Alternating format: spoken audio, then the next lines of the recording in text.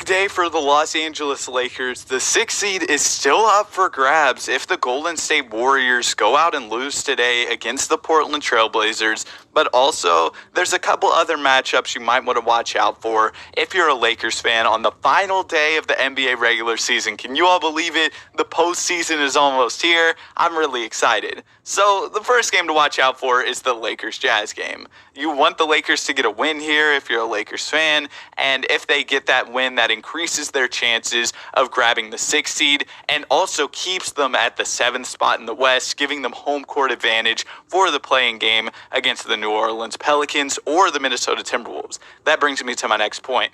This Timberwolves-Pelicans game is big. Whoever wins this game is going to be the Lakers' opponent in the play-in tournament, assuming that's where the Lakers end up. If LA finishes as the 7th seed, they'll either be taking on the Pelicans or the Timberwolves in this game. Now, if the Lakers lose, they could fall down to 8th, which means that they wouldn't have home court advantage in the play-in tournament.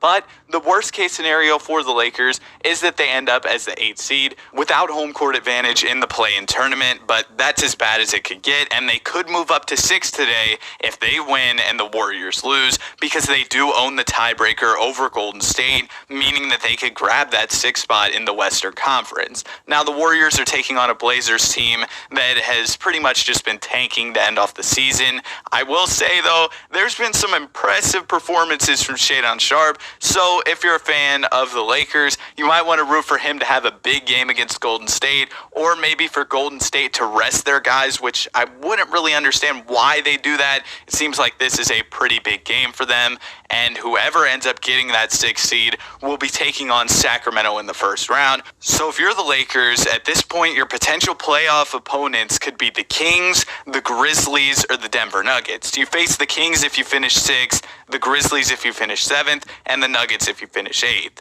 And if I'm the Los Angeles Lakers, I think a matchup against the Memphis Grizzlies or Denver Nuggets could be ideal when you consider the fact that the Grizzlies are going to be missing Steven Adams, their bruising center who has a lot of size, gets a lot of rebounds, and plays physically. He's going to be out. So with that, I think going up against the Grizzlies wouldn't be too bad, and Anthony Davis could play well, although they do have Jaren Jackson Jr., who's a great defender, so you'd have to watch out for him. But the Lakers have a lot of guys who are threats attacking the paint. So from that aspect, I think that a matchup against the Grizzlies wouldn't be too bad. Also, the Nuggets, I think you could get a lot of buckets in the paint if you're the Lakers. That's kind of the area the Lakers excel at. They excel in transition and in the paint. And with Nikola Jokic manning the paint for the Denver Nuggets, he's not the best defender. So I think that that could be an opportunity there. And then the Sacramento Kings. They're a team I think a lot of people underestimate. They did really well throughout the regular season and have a lethal offense. Defensively, the Lakers have been great since the trade deadline.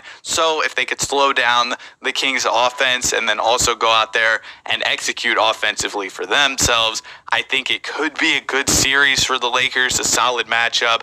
But I really think that the Lakers have the makings of a contending team. So